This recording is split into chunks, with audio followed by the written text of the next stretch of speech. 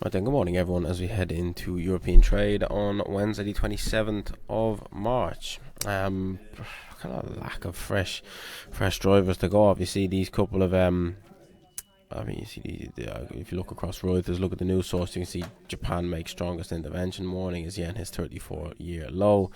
Japan makes strongest intervention warning as yen hits 34-year low. Yen hits 34-year low ahead of key US inflation data. So yen's dropped to 1990 low.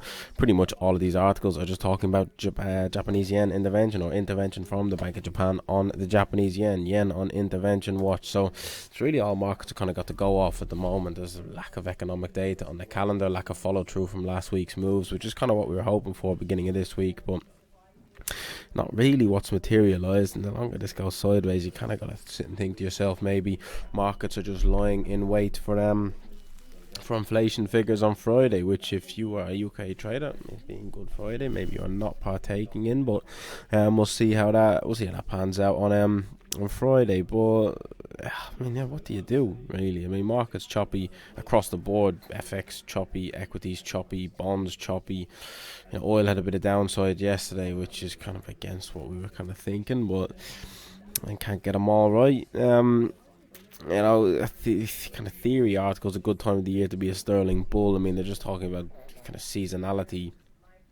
Over the last 30 odd years, April's been a good performing month, but is that really reflective of how markets should move? Some months are good, some months are bad, but I'm personally not a massive believer in that sort of thing, unless it's for a clear reason, and not just kind of random times of the month. But maybe end of the tax year, people investing in their ISAs and stuff is what this article has put it down to. But personally, I'm not really a massive believer in that sort of stuff. Apart from that, where do you go? Where do you go for fresh information? Certainly not getting it across any of the news sources at the minute. You go to kind of this grid and see if you can get it from this, but you've got US stocks slightly higher, European stocks slightly lower, Asia Pacific stocks slightly lower.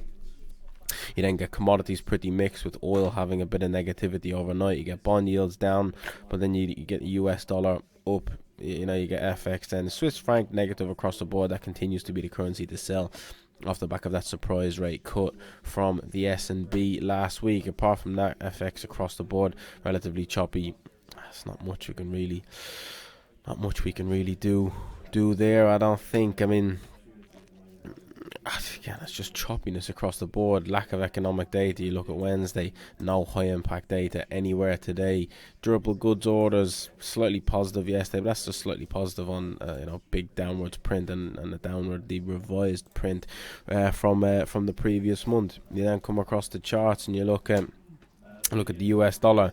Again, your Aussie, Kiwi, Euro, Sterling, all pretty choppy. Dollar Swiss continues this move higher, but dollar CAD, dollar yen, dollar index, all pretty choppy. Look at equity markets, look at your S&P, the Dow Jones, the Nasdaq, the Russell, all sideways. The DAX just continues to go. I don't even know what the reason for that is. It just continues to, rip higher. Maybe our expectations for the ECB to be the first to cut interest rates, but again, the driver, it's just insane. It just keeps going. It looks like US indices are continuing to go the same way, but they're not moving it higher at any sort of nowhere near the same pace.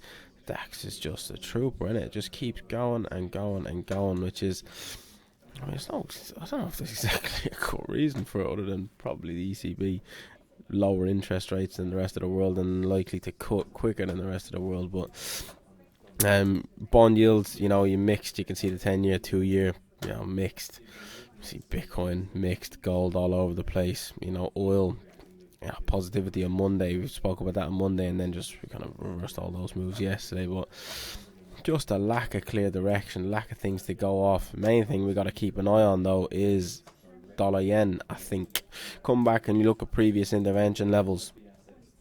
This is a weekly chart. Sorry, you look in through here, intervention from the Bank of Japan. Look in through here, intervention from the Bank of Japan. 152. Is it worth getting short some? Is it worth getting short some some Japanese yen up at these levels. I mean, up at what's this? It was a 34 or 37. I think it was a 34-year low up at these highs. Up at these highs, that obviously this being dollar yen, its lows on the Japanese yen haven't been back here since.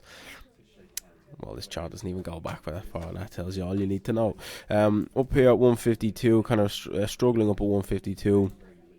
I have to imagine the struggles here for a bit longer. Is it worth taking a punt? Dollar yen 152, stop up at 152.50 or 153 and kind of target back towards.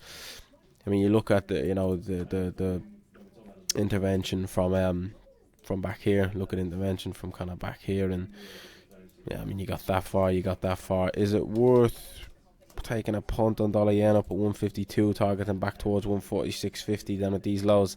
Yeah, I might have to hold it for a couple of weeks, but I certainly think it's not the worst idea in the world if they do come and intervene. If they do intervene, at least you can get in ahead of the time. You don't have to worry about trying to pull the trigger when you get a 300 pip move in the space of 60 seconds. So yeah, maybe that's trade of the day. I think certainly the Bank of Japan, dollar yen, Japanese yen on intervention watch at the moment. Let's see how that pans out the coming days ahead.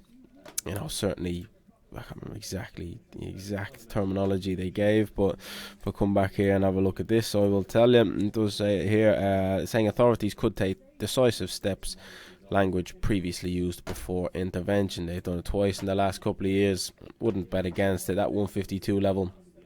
I mean, Japan, with it being an export-driven country, for an export-driven country, they want their currency cheap. If their currency is cheap, other countries around the world can go to Japan and they can purchase more goods with the respective nations' stronger currency, right? But it's kind of like a sale for the Bank of Japan, or sale for Japan. Like, if their currency is low, it means they can sell more. It's like a discount for the rest of the world, right? But you see when a shop does 50% off on whatever, so a shop selling t-shirts, sells t-shirts 50% off, sell 50% off to increase sales. If they increase sales, albeit they're selling at a lower price, they can still make more money for themselves. If it gets to the point where they're selling them 70% off, then it actually is costing them, they're selling it at the same it's costing them to make it for, it's kind of pointless then, because they're not making any money off it. Similar type of thing with Japan. If their currency is cheap, lots of other countries can buy from them. If their currency is too cheap though, and it's too weak for Japan, ends up not actually being good for their business. It kind of has the opposite effect. So they will want the currency to be relatively cheap, but they kind of view that 152 level on dollar yen as crossing the point of it being too cheap. So I certainly don't think shorts on dollar yen is the worst idea in the world up here at these highs. But keep an eye on that though as we go on through the next couple of days and into next week. Would be interested to see. Hopefully traders can push dollar yen up above 152 and we can see some action on the Japanese yen. Kind of need it. Rest of the markets across the board this week not providing much tradable opportunities.